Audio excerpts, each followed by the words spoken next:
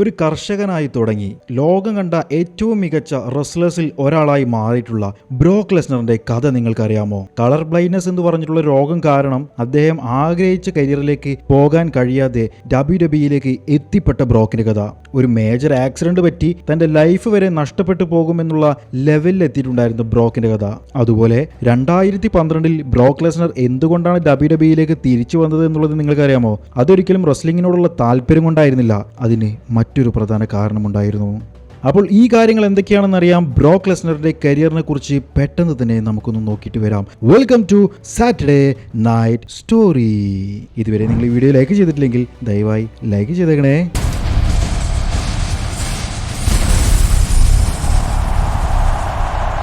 1977 ഒരു സാധാരണ ഡയറി ഫാമിൽ ബ്രോക്ക് ലെസ്നർ ജനിച്ചിട്ടുണ്ടായിരുന്നത്. അന്നത്തെ ബ്രോക്കിന്റെ ജീവിതം എന്ന് പറഞ്ഞാൽ ശരിക്കും കഠിനമായിട്ടുള്ള ജീവിതം തന്നെയായിരുന്നു. അതിരാവിലെ 4 മണിക്ക് എഴുന്നേൽക്കണം, ഫാമിലെ ജോലികളെല്ലാം തന്നെ തീർക്കണം, ഭാരമുള്ള സാധനങ്ങളെല്ലാം തന്നെ ചുമക്കണം. അങ്ങനെയുള്ള ഒരുപാട് പണികളായിരുന്നു ബ്രോക്ക് എടുത്തിട്ടുണ്ടായിരുന്നത്. അങ്ങനെ ഫാമിലെ ജോലികൾ നോക്കുന്നതിന്റെ കൂടെ തന്നെ ബ്രോക്ക് ലെസ്നർ തന്റെ കരിയർ രക്ഷപ്പെടുത്താൻ വേണ്ടിയിട്ടുള്ള ഒരുപാട് കാര്യങ്ങൾ തപ്പി നടന്നിട്ടുണ്ടായിരുന്നു. അങ്ങനെയാണ് അദ്ദേഹത്തിന്റെ ആദ്യത്തെ പ്രൊഫഷനിലേക്ക് എത്തിയിട്ടുണ്ടായിരുന്നത്. അത് വേറെ ഒന്നും തന്നെ ഇല്ലായിരുന്നു, പട്ടാളക്കാരനാകാൻ വേണ്ടിയിട്ടായിരുന്നു ബ്രോക്ക് ലെസ്നർ പോയിട്ടുണ്ടായിരുന്നത്. അതെ, അമേരിക്കൻ സൈന്യത്തിലേക്ക് തന്നെ. പക്ഷെ അതിലെ ഏറ്റവും വലിയ ട്വിസ്റ്റ് എന്താണെന്ന് വെച്ച് കഴിഞ്ഞാൽ സാധാരണ ഒരു പട്ടാളക്കാരനായിട്ട് മാറാൻ വേണ്ടിയിട്ടായിരുന്നില്ല. സ്ഫോടക വസ്തുക്കൾ കൈകാര്യം ചെയ്യുന്ന അതീവ അപകടകരമായിട്ടുള്ള ഒരു വിഭാഗം നിയന്ത്രിക്കാൻ വേണ്ടിയിട്ടായിരുന്നു ബ്രോക്ക് ലെസ്നർ അപ്ലൈ ചെയ്തിട്ടുണ്ടായിരുന്നത്. പക്ഷേ ബ്രോക്കിന് സൈന്യത്തിൽ ചേരാൻ സാധിച്ചില്ല. അതിന്റെ കാരണം മറ്റൊന്നുമായിരുന്നില്ല, കളർ ബ്ലൈൻഡ്നെസ് എന്ന് പറഞ്ഞിട്ടുണ്ടായിരുന്ന അവസ്ഥ അദ്ദേഹത്തിനുണ്ടായിരുന്നു. ചുവപ്പും പച്ചയും നിറങ്ങളെല്ലാം തന്നെ അദ്ദേഹത്തിന് തിരിച്ചറിയാൻ കഴിയുമായിരുന്നില്ല. ശരിക്കും ഒന്ന് ആലോചിച്ച് നോക്കിക്കേ,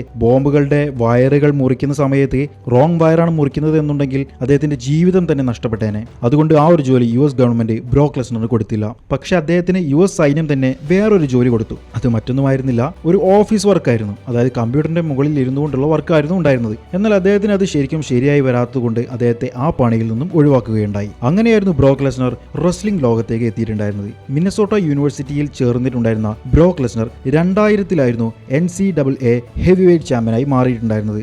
ആ NCAAയുടെ പെർഫോമൻസ് കണ്ടുകൊണ്ട് തന്നെയാണ് 2000 WWE അദ്ദേഹത്തെ ഒരു കരാർ കൊടുത്ത് സ്വീകരിച്ചിട്ടുണ്ടായിരുന്നത്. ആദ്യം തന്നെ കയറിയിട്ടുണ്ടായിരുന്നത് ഓഹിയോ വാലി റെസ്ലിംഗ് എന്ന് പറഞ്ഞിട്ടുള്ള OVWയിലായിരുന്നു. പിന്നീട് 2002 മാർച്ചിൽ ടെലിവിഷനിൽ അദ്ദേഹം അരങ്ങേറ്റം കുറിച്ചു. പക്ഷേ എടുത്തു പറയേണ്ടത് വെറും 126 ദിവസങ്ങൾക്കുള്ളിൽ അക്കാലത്തെ ഏറ്റവും സൂപ്പർ ഡ്യൂപ്പർ സ്റ്റാറായി നിന്നിട്ടുണ്ടായിരുന്ന റോക്കിനെ തോൽപ്പിച്ചുകൊണ്ട് ചരിത്രത്തിലെ ഏറ്റവും പ്രായം കുറഞ്ഞ WWE ചാമ്പ്യനായിട്ട് ബ്രോക്ക് ലെസ്നർ മാറുകയുണ്ടായി. പോൾ ഹേമൻ എന്ന തന്ത്രജ്ഞനായ മാനേജർക്കൊപ്പം ദ നെക്സ്റ്റ് ബിഗ് തിങ് എന്ന പേരിൽ അദ്ദേഹം വളരെ വലിയ രീതിയിൽ അറിയപ്പെട്ടു. Undertaker, Kurt Angle, Big Show എന്നീ വലിയ താരങ്ങൾക്കെതിരെയെല്ലാം തന്നെ നിഷ്പ്രയാസം വിജയിക്കാൻ വേണ്ടി ബ്രോക്ക് ലെസ്നറിന് സാധിച്ചിട്ടുണ്ടായിരുന്നു. ആ വർഷത്തിൽ ബ്രോക്ക് ലെസ്നർ മത്സരിച്ചിട്ടുണ്ടായിരുന്നത് അത്രത്തോളം മാച്ചുകളായിരുന്നു. തനിക്ക് എത്രത്തോളം റെസ്ലിംഗിനോട് പാഷൻ ഉണ്ട് എന്നുള്ള രീതിയിലായിരുന്നു ബ്രോക്ക് മത്സരിച്ചത്. എന്നാൽ വർഷത്തിലെ 300 ദിവസത്തിലധികം നീളുന്ന യാത്രകളും അദ്ദേഹത്തിന്റെ ശാരീരിക വേദനകളും ഭയങ്കര മാനസികമായിട്ട് ബ്രോക്കിനെ തളർത്തിയിട്ടുണ്ടായിരുന്നു. പിന്നീട് റെസ്ൽമേനിയ 19 ബ്രോക്ക് ലെസ്നർ വേഴ്സസ് കർട്ട് ആംഗിൾ തമ്മിലുള്ള ഒരു മാച്ച് നടക്കുകയുണ്ടായി. അതിൽ ഷൂട്ടിംഗ് സ്റ്റാർ പ്രസ് എന്ന് പറഞ്ഞിട്ടുണ്ടായിരുന്ന ഒരു ഹൈ ഫ്ലൈയിങ് മൂവ് ബ്രോക്ക് ലെസ്നർ ചെയ്തു. കർട്ട് ആംഗിളിന്റെ മുകളിലേക്കായിരുന്നു ചെയ്തിട്ടുണ്ടായിരുന്നത്.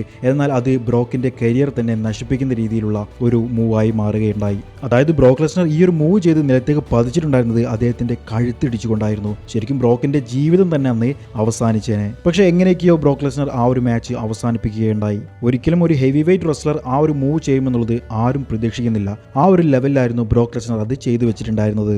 വളരെ വലിയ വേദനയായിരുന്നു ആ ഒരു പരിക്ക് പറ്റിയതിനു ശേഷം ബ്രോക്കിന് ഉണ്ടായിരുന്നത് എന്നുള്ളതും ആ വേദന മാറ്റാൻ വേണ്ടിയിട്ട് താൻ ദിവസേന പെയിൻ കില്ലറിനും മദ്യത്തിനും അടിമപ്പെട്ടിരുന്നു എന്നുള്ളതും ബ്രോക്ക് ലെസ്നർ തന്റെ ആത്മകഥയിൽ തന്നെ പറയുന്നുണ്ട്. ഈ 2002 മുതൽ 2004 വരെയുള്ള തന്റെ ലൈഫ് തനിക്ക് ഓർമ്മയില്ല എന്നുള്ളത് ബ്രോക്ക് തന്നെ പറയുന്നുണ്ടായിരുന്നു. കാരണം അത്രത്തോളം വലിയ അഡിക്ഷൻ തന്നെയായിരുന്നു മദ്യത്തിനും പെയിൻ കില്ലറിനും അദ്ദേഹം കൊടുത്തിട്ടുണ്ടായിരുന്നത്. അങ്ങനെ നിക്കക്കളിയില്ലാതെ 2004 റെസ്ൽമേനിയ 20 ബ്രോക്ക് ലെസ്നർ WWEയിൽ നിന്നും റിട്ടയർ ചെയ്യുകയുണ്ടായി, അല്ലെങ്കിൽ WWE വിട്ടു പോവുകയുണ്ടായി. വെറും 26-ാമത്തെ വയസ്സിൽ തന്റെ കരിയറിന്റെ പീക്ക് ലെവലിൽ നിൽക്കുന്ന സമയത്തായിരുന്നു ബ്രോക്ക് WWE വിട്ടിട്ടുണ്ടായിരുന്നത്. പിന്നീട് ബ്രോക്ക് എത്തിയിട്ടുണ്ടായിരുന്നത് NFL-ലായിരുന്നു, അമേരിക്കൻ ഫുട്ബോൾ ആയിട്ടുള്ള NFL.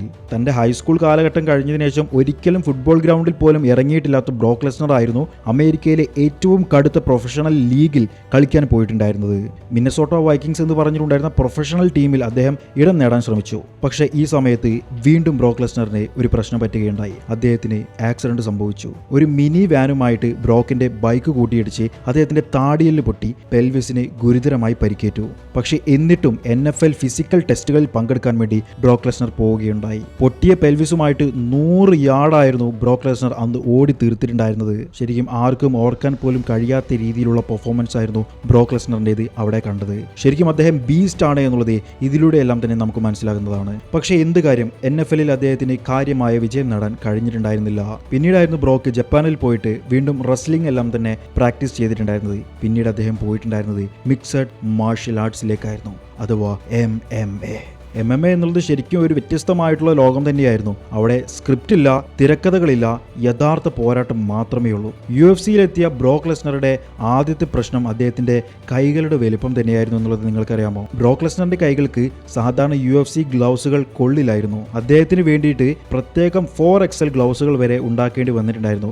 UFC-യുടെ ചരിത്രത്തിൽ വരെ ആകെ ഒരാൾ മാത്രമേ ആ ഒരു 4XL ഗ്ലൗസുകൾ ധരിച്ചിട്ടുണ്ടായിരുന്നുള്ളൂ. രണ്ടാമതായിട്ട് ധരിക്കുന്നത് ബ്രോക്ക് ലെസ്നർ ആയിരുന്നു.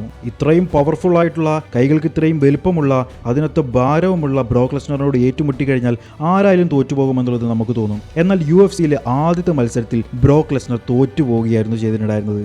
ഒരു സബ്മിഷൻ മൂവിലൂടെ ബ്രോക്ക് ലെസ്നർ തോറ്റുകൊടുക്കുകയുണ്ടായി. പക്ഷെ പിന്നീട് മത്സരിച്ച് ഏറ്റവും അവസാനം UFC വേൾഡ് ചാമ്പ്യൻഷിപ്പും ബ്രോക്ക് ലെസ്നർ സ്വന്തമാക്കി. അങ്ങനെ UFC ഹെവി വെയ്റ്റ് ചാമ്പ്യനായിട്ട് ബ്രോക്ക് ലെസ്നർ തുടരുന്ന സമയത്തായിരുന്നു ഡൈവർട്ടിക്യുലൈറ്റിസ് എന്ന് പറഞ്ഞിട്ടുണ്ടായിരുന്ന ഒരു മാരക രോഗം ബ്രോക്ക് ലെസ്നറിനെ പിടികൂടിയിട്ടുണ്ടായിരുന്നത്. കുടൽ രോഗം എന്നാണ് ശരിക്കും അതിനെ പറയുന്നത്. കുടലിൽ ദ്വാരങ്ങൾ വീണ് ജീവൻ തന്നെ അപകടത്തിലാവുന്ന അവസ്ഥയായിരുന്നു അത്. പക്ഷേ ഇങ്ങനെയൊരു മാരക രോഗം വന്നിട്ടും ബ്രോക്ക് ലെസ്നർ മത്സരിക്കാൻ വേണ്ടി തന്നെയായിരുന്നു തുനിഞ്ഞിട്ടുണ്ടായിരുന്നത്.